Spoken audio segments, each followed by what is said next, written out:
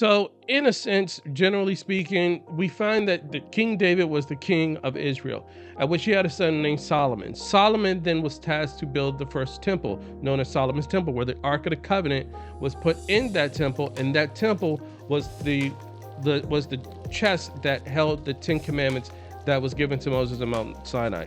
Eventually, King Solomon had a son who had a son who had a son and had a son, and generations later, Israel and their monarchy became so disobedient, God raised up King Nebuchadnezzar of Babylon to judge as judgment against Israel, in which Israel was held captive. They were conquered and taken back to Babylon, known as the Babylonian captivity.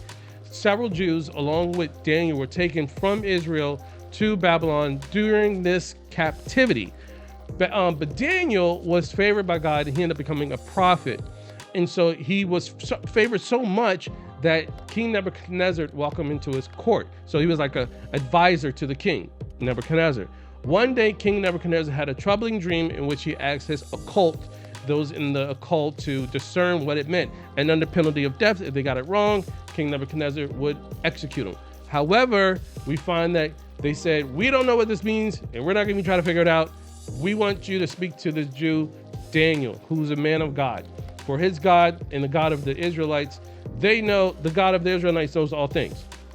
So King Nebuchadnezzar summons Daniel to explain what the dream was and what it meant. Daniel goes back and prays, comes back, and that's where we enter in this story here of the vision and the dream that King Nebuchadnezzar had. And that's the backstory about this statue here, all depicted in Daniel chapter 2.